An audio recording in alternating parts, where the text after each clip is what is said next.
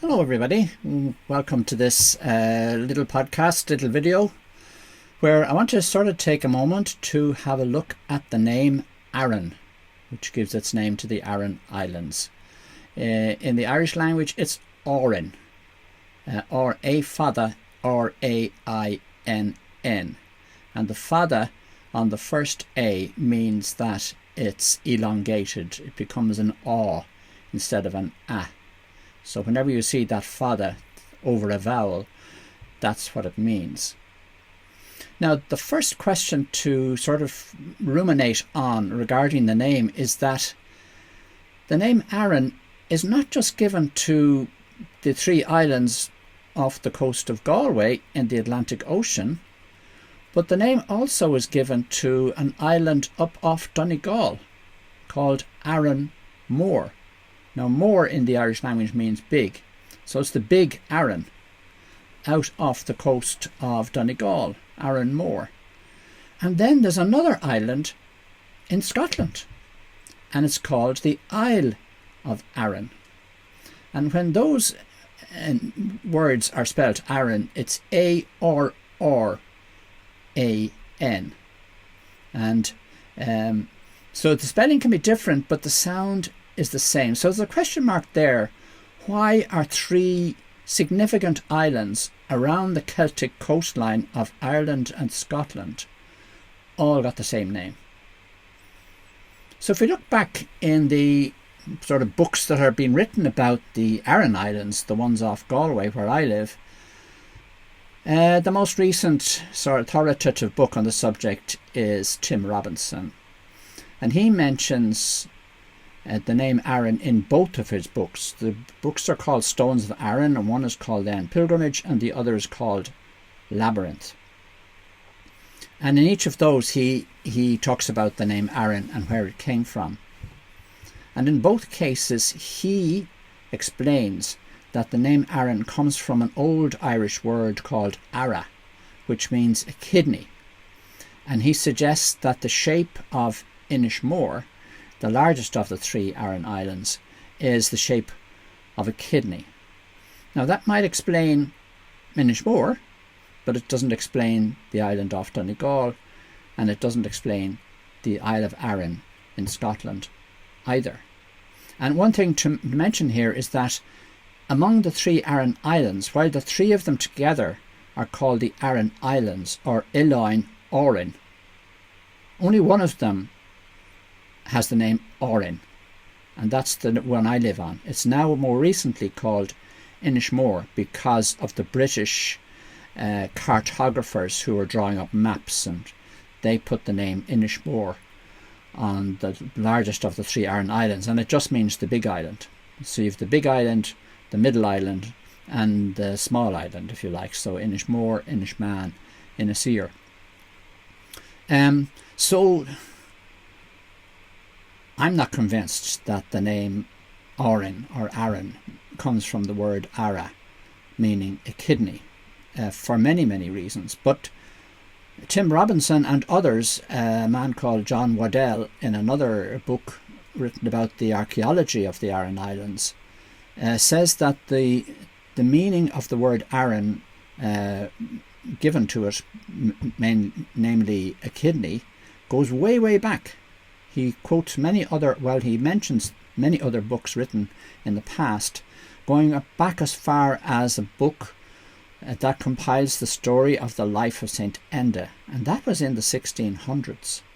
And even then, they were saying that the word Arran comes from the word ara, meaning a kidney.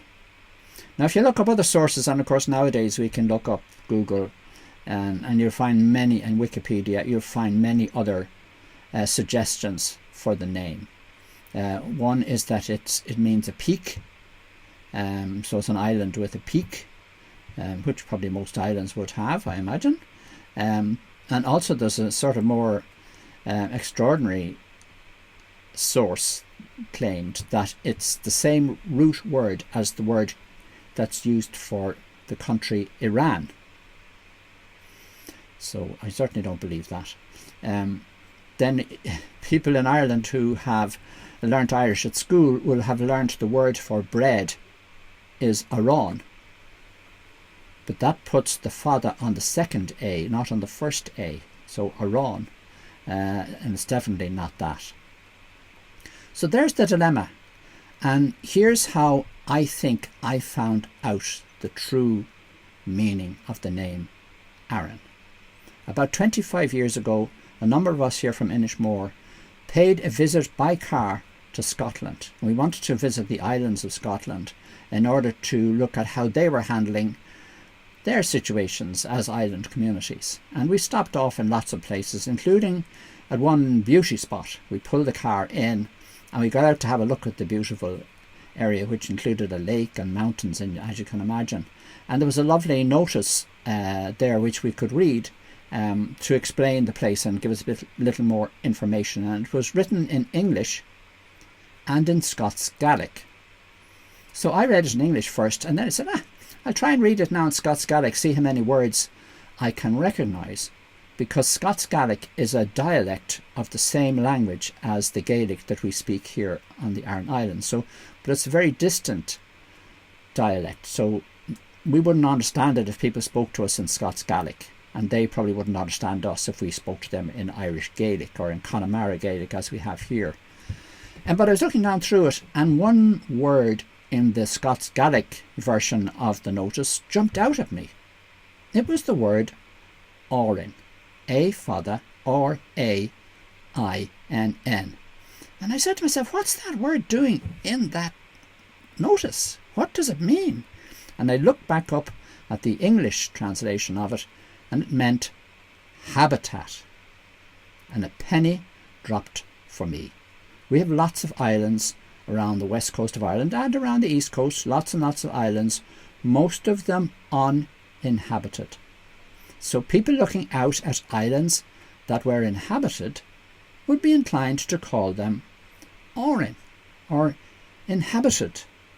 So I think that's what the word means. Now, of course, I came home and I looked up various sources of information. I looked up Scotch Gaelic dictionaries, and yes, it appeared to be correct, but it's only more recently that we have Google Translate. And in Google Translate, you can put in a word in English and then ask for its translation into any language in the world. And so I put in the word just the other day, I put in the word habitat, and what comes up? Aran. A fada R-A-I-N-N. So for me, that's conclusive, but you make up your own mind. Not only does it make sense to name an island Aran because people lived there, but also the word Aran is the same root word as the word that's given to other places in Ireland that are inhabited. Those of us who know Dublin will know that our president lives in Áras an Uachtaráin. Áras, there you are, there's the word again, Áras, A fada R-A-S, and that means a dwelling house. We also have a large building in the centre of Dublin along the River Liffey called Bus Áras. So there you have the Áras, or it's not a habitat, not a habitation, but it's accommodation for the buses that travel all around the country and start in the centre of the city in Bus Áras. We also have a name for apartments in Ireland. We call them árasáin. So they all have that root word áras or áran in it, which again suggests a building or something or somewhere in which something occupies it. Now we also have in Ireland a county and a town called Tipperary Aran, and that translates as Tipperary. And I leave it to the Tipperary people to tell me if what I'm saying is correct or not. But even there, if you look up Wikipedia, they'll give some explanation as to the name, and they'll tell you that it's the river. The river was called Ora, and Tybrid is a well. So it's the well beside the river Ora.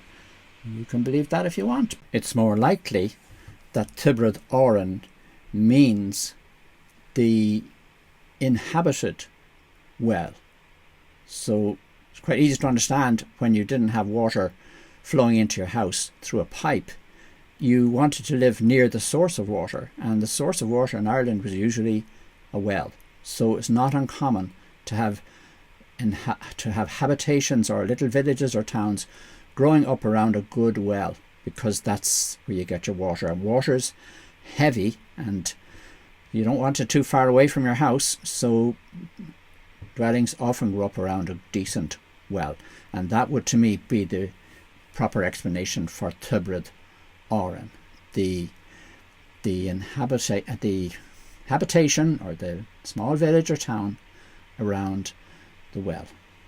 So just to finish off, the idea of Aran meaning inhabited by humans is an idea that we're able to work on here on the Aran Islands these days, because the populations of all the inhabited islands around Ireland have been decreasing since the famine, like 160, 170 years ago. They've been decreasing in every census. And we're working hard here in our islands, in Arran, to keep the population up. And that means preserving the habitat, not for the other species who may well be threatened, but the habitat for humans. So here in the Aran Islands, we're using that argument that our name Aran means a habitat, and it means a habitat for human beings, and that has to be included in any planning for the future of the islands. It can't just be the preservation of endangered species. We're very committed to doing that. In fact, we have an organisation that's focused on preserving some of the amazing flowers that grow here on the Aran Islands, and some of the other species that are endangered that live on the Aran Islands. We're very committed to preserving all of that. We're trying to bring back the corncrake, for example, at the moment. But we need the authorities and the bureaucrats to remember that the humans are part of the habitat of these islands, and we need to preserve the habitat for humans to live here and to stop the drain of people leaving and emigrating. And so it's a useful word to know the correct meaning of, and we certainly use that here today. So I leave it at that now, and that's something for your consideration, and you can decide yourselves whether I'm right or whether some of the more earlier writers about the Aran Islands are right. Thank you for listening, and bye-bye.